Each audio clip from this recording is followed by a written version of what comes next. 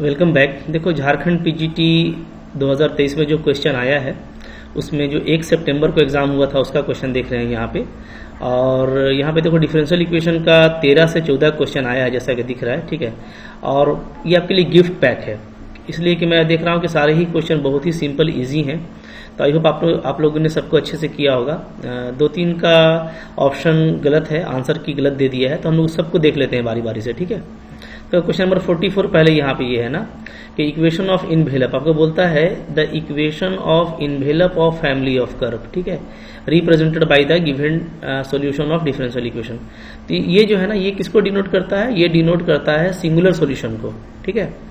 तो ये तो हम लोग पहले से जानते हैं, जस्ट कह सकते हो कि एक रिजल्ट बेस्ड आपसे क्वेश्चन पूछा है कि इनवेलप जो है फैमिली ऑफ कर्व का, ठीक है, जो कि हमको जनरल सॉल्यूशन से मिलता है, तो वो क्या है, वो आपका सिंगुलर सॉल्यूशन को शो करता है। तो ऑप्शन इसका आंसर की करेक्ट है। आगे देख लेते हैं क्या है। इसके बाद है आपका the degree of differential equation of all curves having a normal of constant length C is given by. तो देखिए है ना, जो नॉर्मल का लेंथ होता है वो यहाँ पे कांस्टेंट दिया हुआ है फॉर द कर्व। तो अगर हम लोग for the curve y equal to fx बात करें, ठीक है, तो नॉर्मल का लेंथ क्या होता है? लेंथ ऑफ नॉर्मल होता है, लेंथ ऑफ नॉर्मल ये होता है आपका y into root under 1 plus dy by d x का होल स्क्वायर, ये होता है, ठीक है। और ये आपको कांस्टेंट दिया हुआ है, मान लेते हैं ये हमको सी है। अच्छा, मान लीजिए आपको ये इक्वेशन अगर याद नहीं भी है ना, तो बहुत जल्दी आप इसको निकाल सकते हैं। आपने इसको बीएससी में पढ़ा होगा। जैसे मान लो कि ये मेरा कोई कर्व है, ठीक है, कर्व है, तो ये आपका क्या हो गया, ये हो गया मेरा टेंजेंट, और फिर ये जो है आपका हो जाता है नॉर्मल, ठीक है। इस टेंजेंट पे जो परपेंडिकुलर होगा वो क्या होगा, नॉर्मल होगा, ठीक है। अगर मैं मान लूँ कि ये मेरा एक्स एक्सिस है, सपोज कीजिए, तो यहाँ पे बीच में एक हम लोग देते हैं यहाँ पे परपेंडिकुलर, ठीक है ना जी। तो सब कुछ आप लोगों ने पढ़ा हुआ है। ये जो है आपका पोर्शन, इसको हम लोग कहते हैं सब टेंजेंट। क्या कहते हैं? सब टेंजेंट, ठीक है। ये जो पोर्शन होता है ये क्या कहलाता है? ये कहलाता है आपका सब नॉर्मल, ये वाला पोर्शन सब नॉर्मल। और जो लेंथ ऑफ नॉर्मल है, तो नॉर्मल चूंकि आपका ये लाइन है, ठीक है, इन फॉर नॉर्मल, और ये आपका टेंजेंट है, तो ये जो लेंथ है यहाँ से लेके यहाँ तक, ये क्या है? ये लेंथ ऑफ नॉर्मल है, ठीक है। ये क्या है? Length of normal. तो बहुत आसानी से निकल जाएगा, ये मैं आपको दिखा देता हूँ, ठीक है। तो देखिए, जैसे हम लोग ये जानते हैं कि अगर मान लो कि आपका curve y equal to fx है, तो टेंजेंट का स्लोप क्या होता है? स्लोप ऑफ टेंजेंट होता है, स्लोप ऑफ टेंजेंट ये होता है dy बाई डी एक्स, ठीक है। और स्लोप ऑफ नॉर्मल क्या हो जाएगा? स्लोप ऑफ नॉर्मल की बात करें तो स्लोप ऑफ नॉर्मल हो जाता है -1 by d y by d x, ठीक है, ये याद रखना है। अब देखो, मान लेते हैं कि नॉर्मल मेरा जो है कितना एंगल बना रहा है? थीटा एंगल बना रहा है एक्स एक्सिस से। तो जो tan थीटा का वैल्यू है वो क्या हो गया? वो हो गया -1 by d y by d x, ठीक है। तो अच्छे से समझिए, बहुत आसानी से निकल जाता है। अगर ये थीटा है तो ये एंगल कितना होगा? तो ये एंगल हो जाएगा पाई माइनस थीटा, ठीक है। तो यदि मैं छोटा वाला ट्रायंगल ले लूँ यहाँ पे, तो चूंकि ये अगर आपका कोई पॉइंट एक्स वाई है, मान लो पॉइंट ऑफ कॉन्टेक्ट मेरा क्या है? एक्स वाई, तो ये जो परपेंडिकुलर है ये वाई होगा, ठीक है जी, और ये आपका एक्स होगा। तो इस y से मेरा काम चल जाएगा। अगर मैं ट्रायंगल यहाँ पे कुछ नाम दे देता हूँ, चलो समझा देता हूँ, आपने पहले किया हुआ है, ठीक है, OAB। तो ट्रायंगल OAB को आप देखिए, ट्रायंगल OAB को देखेंगे तो क्या हो जाएगा? यहाँ पे ये एंगल पाई माइनस थीटा हो गया।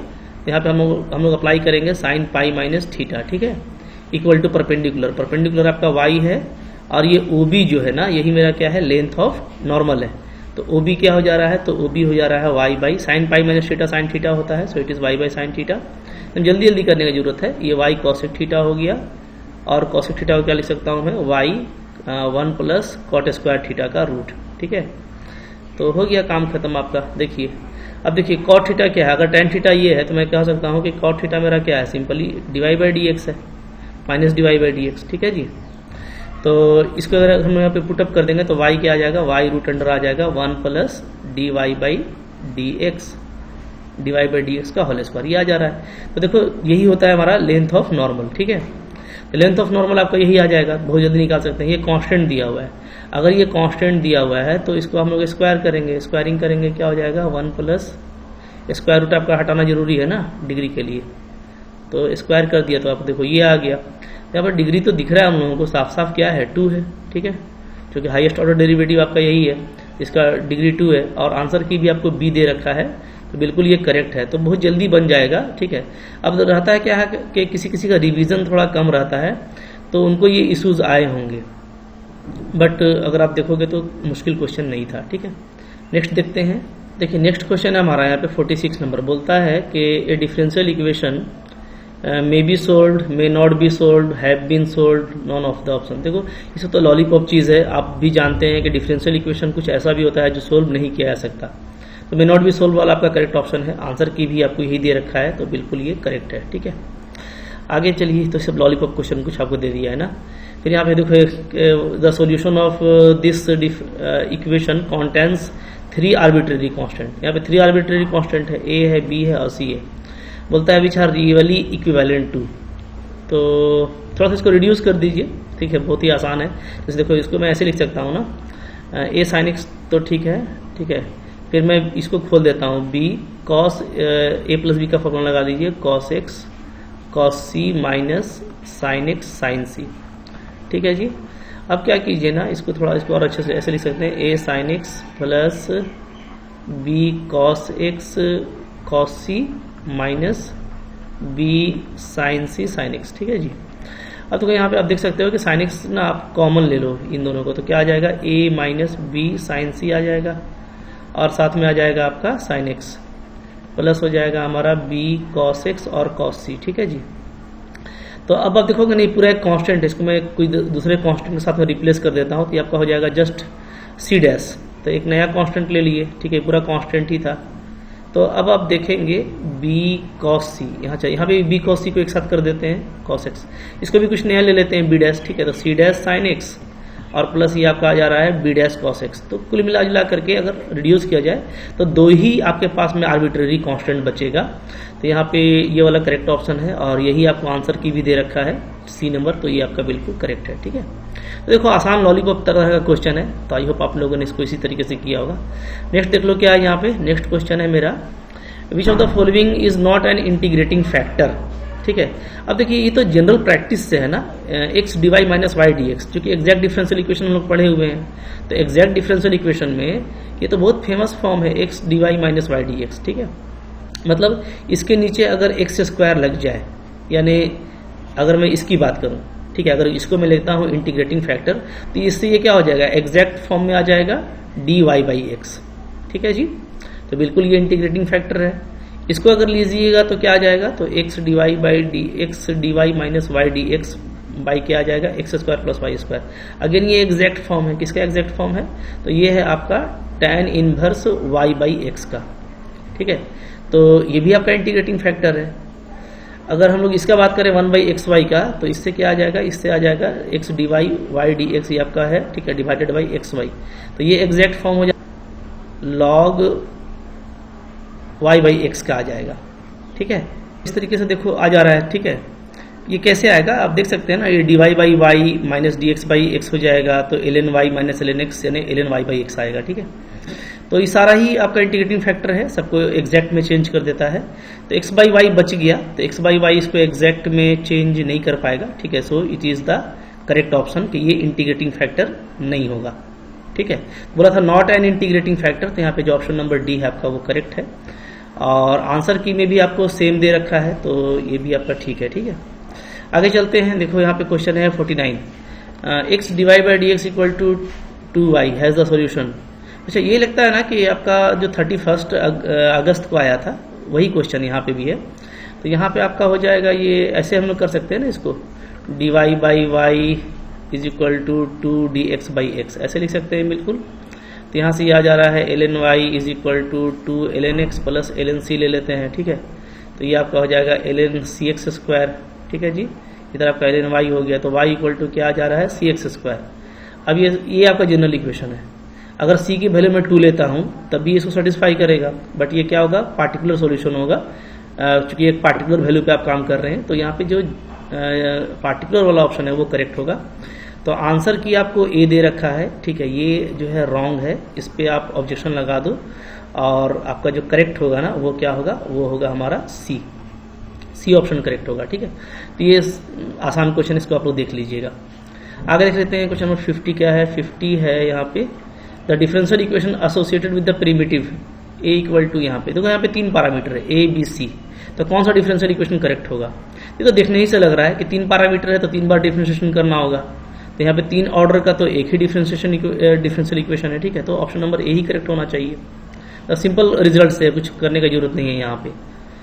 तो आंसर की भी देखो आपको यहाँ पे ए दे रखा है, तो ये बिल्कुल सही है, ठीक है। 3 पैरामीटर है तो 3 बार डिफरेंशिएशन करना पड़ेगा, ये हम लोग पढ़ चुके हैं, ठीक है जी। चलो आगे बढ़ते हैं फिर। नेक्स्ट है यहाँ पे देखो क्वेश्चन नंबर 51 क्या है? The general solution of the differential equation is. देखिए ये हम लोग लैग्रेंजेस जो डिफरेंशियल इक्वेशन का फॉर्म है, तो इसका एक्सैक्टली इक्वेशन आप निकाल लीजिए। कैसे निकालेंगे? तो ये आ जाएगा आपका dx by y minus z is equal to dy by x minus y is equal to dz by z minus x, ठीक है। अब एक चीज़ तो हमको दिख रहा है कि अगर मैं सबको ऐड कर दूं तो ईच फ्रैक्शन क्या हो जाएगा? ईच फ्रैक्शन इक्वल टू हो जाएगा आपका, सबको ऐड कर देता हूं तो dx plus dy plus dz, ठीक है। नीचे में सबको ऐड कीजिएगा, y minus z x minus y z minus x, तो सब आपस में कैंसिल हो जा रहा है, x x y y z z, ठीक है। नीचे 0 बच रहा है, यानी कि हमको क्या मिलेगा? x plus y plus z क्या मिल जाएगा? C1 मिल जाएगा। एक कांस्टेंट तो मिल गया, ठीक है। अच्छा, और एक देख लेते हैं। तो देखिए इच फ्रैक्शन को मैं ऐसे ले रहा हूं, each fraction right equal to क्या हो जाएगा? यहाँ पे ऐसा करते हैं ना कि x से मल्टीप्लाई कर देते हैं, x dx, ठीक है जी।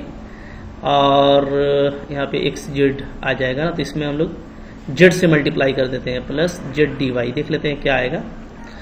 तो ये आपका देखो नीचे बन जाएगा y एक्स वाई हो गया, x से मल्टीप्लाई किए थे, माइनस जेड एक्स, इसमें हम लोगों ने x से मल्टीप्लाई किया, इसमें हम लोगों ने z से किया है तो प्लस आ जा रहा है जेड एक्स और माइनस जेड वाई, ठीक है। तो यहाँ से आपका ये जेड एक्स कैंसिल हो रहा है, ये बच रहा है, ठीक है जी। तो अब इसमें जो है ना आप y कर दीजिए तो काम लगता है कर जाएगा, प्लस y डिजिट कर दीजिए, y डिजिट कर देंगे तो क्या हो जाएगा? तो इसमें हम लोगों ने y से मल्टीप्लाई किया, तो ये आपका आ जाएगा y z minus y x, तो वाई जेड भी कैंसिल हो रहा है, वाई एक्स। तो नीचे फिर से देखो 0 आ गया, नीचे अगर 0 आ गया इसका मतलब है कि आप इसको इंटीग्रेट कीजिएगा, इंटीग्रेट करिएगा तो क्या आएगा? तो x dx का आ जाएगा मेरा x square by 2 plus z d y y d z, ये आपका एग्जैक्ट फॉर्म है, ठीक है, डी वाई जेड का। तो इसका इंटीग्रेशन होगा, ठीक है, इक्वल टू आपका इधर क्या है? सब 0 कांस्टेंट C2 लग जाएगा, है ना। X square plus 2 y z हो जाएगा इक्वल टू कांस्टेंट C2। तो एक मेरे को कांस्टेंट ये मिल रहा है, एक मेरे को कांस्टेंट ये मिला, दोनों को एलिमिनेट करेंगे तो जो फंक्शन तैयार होगा तो वो देखो x square plus 2 y z, ये हो गया पहला वाला, और x plus y plus z. तो यही आपका ऑप्शन करेक्ट यहाँ पे आ रहा है, ठीक है। और करके देख सकते हैं, हमको लगता है कि चेक करने की जरूरत नहीं है, शायद ए ही करेक्ट होगा। मोर देन 1 भी होता है बट यहाँ पे ए वाला ही करेक्ट लग रहा है, ठीक है।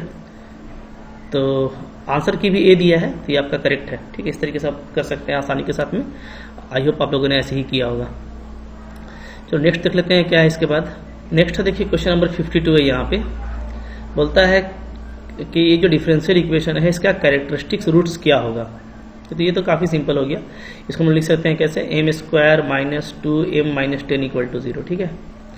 तो यहाँ पे फैक्टर तो नहीं होगा, डायरेक्ट कर लेते हैं। m क्या हो जाएगा? 2 प्लस माइनस बी स्क्वायर और माइनस 4ac होता है तो प्लस 40 डिवाइडेड बाई 2, ये आ जा रहा है। तो ये आ रहा है 2 प्लस माइनस 44 बाई 2 आ रहा है, ठीक है। मतलब 2 को अगर कॉमन ले लें तो 1 प्लस माइनस 11 आएगा, ठीक है। ये इसका रियल रूट आ रहा है। तो यहाँ पे तो सारे कॉम्प्लेक्स ही दिए हुए हैं, तो ये आपको रॉन्ग आंसर की दिया हुआ है, ये रॉन्ग है, ठीक है। बल्कि इसमें तो सबको फायदा हो जाएगा, सबको 2 नंबर मिल जाएगा, इसलिए कि ये सारे ही ऑप्शन रॉन्ग है, तो ये क्वेश्चन ही आपका रॉन्ग हो गया, ठीक है। तो उसमें सबको नंबर मिलने वाला है। बाकी में देखो जब आप जब ऑब्जेक्शन करेंगे ना तो आपका आंसर जो है उसके बाद क्वेश्चन रिव्यू में जाएगा और आपको फिर जो है सुधार करके, ठीक है, हम लोगों को मिलेगा आंसर की, ठीक है।